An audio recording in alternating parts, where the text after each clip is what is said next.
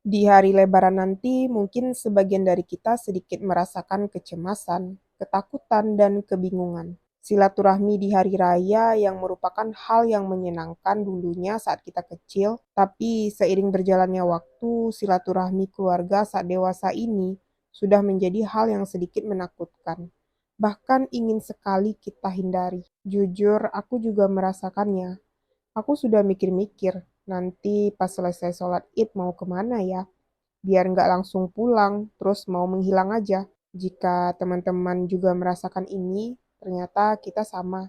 Aku pikir itu awalnya hanya aku aja yang mikirin hal itu dan berencana seperti itu. Ternyata aku ketemu quote di IG yang bilang gini juga. Lagi mikirin habis sholat id mau menghilang kemana. Soalnya nggak kuat sama pertanyaan kerja apa, calonnya mana, kok pengangguran, kok belum nikah, kok belum punya anak, kok belum ini dan itu. Banyak lagi kok-koknya. Sedangkan diri pribadi aja belum bisa satupun menjawab pertanyaan itu. Misalnya nih, kita lagi duduk nih. Tiba-tiba kita bertanya kepada diri kita sendiri yang ditanyakan orang lain, mungkin bingung juga sih jawabnya gimana. Apalagi kalau orang lain yang bertanya kan. Saking ngerinya pertanyaan itu, banyak banget yang relate di komen-komen Instagramnya.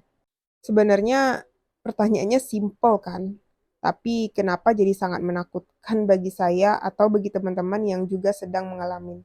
Jika ditanya kenapa, pengen banget menghindari pertanyaan ini.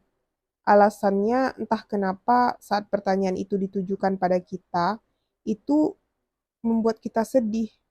Sedihnya bukan di momen itu saja, tapi sedihnya kepikiran sampai berhari-hari, sampai bahkan bikin bingung diri sendiri. Soalnya ya balik lagi, kita sendiri aja nggak bisa jawab. Nah ini malah ditanya orang lain, ya jelas efeknya jadi dua kali lipat kan. Kebingungan, kesedihan, dan bahkan banyak rasa yang kita timbulkan dari pertanyaan tersebut. Nah, kabar buruknya ternyata kita nggak bisa menahan semua ucapan manusia yang kita terima tersebut.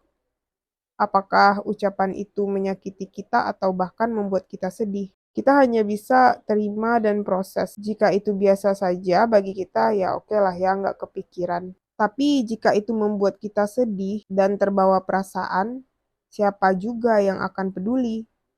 Toh pertanyaan itu menurut sebagian orang adalah pertanyaan yang normal-normal saja.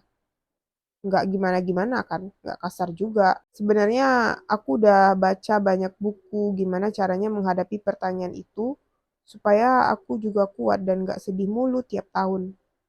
Dari banyaknya buku yang aku baca, mereka selalu bilang gini, kita nggak usah menanggapi pertanyaan itu, alias masuk kuping kiri, keluar kuping kanan. Kita nggak boleh mengizinkan diri kita untuk tersakiti dengan pertanyaan itu. Intinya, semua kembali ke diri kita. Hidup itu ternyata harus tebal telinga, dan nggak semua harus dimasukkan ke dalam hati. Tapi faktanya, di prakteknya itu nggak segampang yang dibilang. Aku merasa useless banget kalau udah kumpul keluarga. Soalnya mereka semua sibuk menceritakan kesuksesan mereka, sedangkan aku nggak ada satupun yang bisa aku ceritakan pada mereka. Dan ternyata begitulah hidup. Aku bingung harus bagaimana lagi. Keinginan kuat untuk kabur emang lebih besar ternyata. Kalau kita menghindar kan nggak perlu ada yang ditanya, diceritakan, dan dibasa-basikan. Kita sebagai manusia pasti ingin sekali kan dihargai. Sebenarnya kita merasa ketika pertanyaan itu nggak bisa kita jawab, kita nggak merasa dihargai kan, atau kita merasa ya rendah diri aja. Dan kita memiliki harapan bahwa ketika kita bisa menjawab pertanyaan tersebut, kita sedikit merasa menjadi lebih bangga dan harga diri kita merasa lebih naik di depan keluarga saat kita bisa menjawab semua pertanyaan tersebut. Dan kita juga bisa merasa terbebaskan dari beban-beban pertanyaan yang sangat berat. Coba sekarang kita renungkan. Saat semua pertanyaan itu tidak bisa kita jawab, sebenarnya itu bentuk kasih sayang Allah pada kita. Dan juga sekaligus pembelajaran bahwa tidak semua hal bisa kita genggam, tidak semua hal bisa kita miliki. Dan jalan satu-satunya memang dengan cara berdamai. Yang paling utama adalah berdamai dengan diri kita sendiri. Berdamai berarti kita menyerahkan semua kepada Allah. Memang benar hati kita terasa sesak dan sedih saat mendengar pertanyaan itu. Tapi itulah sesungguhnya dunia. Tidak ada tempat yang benar-benar nyaman dan menyenangkan untuk kita. Dunia ini memang tempatnya bersedih, karena hati kita memang tidak diciptakan untuk menyimpan beban pertanyaan ini. Maka jalan satu-satunya adalah kita serahkan kepada Sang Pemilik langit dan bumi, yaitu Allah. Aku tidak tahu harus menjawab apa, maka tuntunlah hatiku untuk mengendalikan beban perasaan tentang pertanyaan kapan. Ingatlah satu hal, semua manusia pasti akan bersedih. Apalagi spesifik kita sedih karena perkataan seseorang pada kita.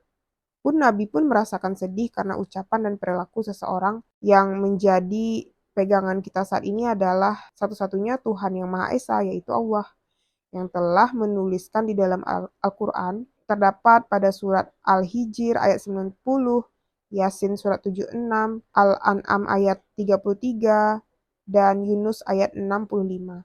Ternyata jauh sebelum kita merasakan hal ini, Allah sudah paling tahu, Allah sudah paling mengerti perasaan kita. Karena sebagai manusia, perasaan manusia ini adalah sangat rapuh dan Allah sangat mengetahui itu. Dan di balik kerapuhan hati kita, Allah juga memberikan kita sekaligus penghiburan yang diabadikan di dalam Al-Quran. Maka makna dari keempat ayat tersebut mungkin teman-teman bisa lihat di dalam Al-Quran yang memiliki makna bahwa Allah menghibur Nabi Muhammad.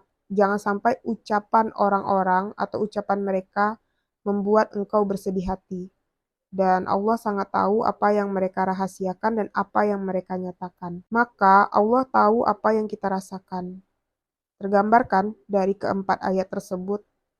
Jadi jangan merasa kita itu sendiri menghadapi semua pertanyaan yang membuat kita sedih.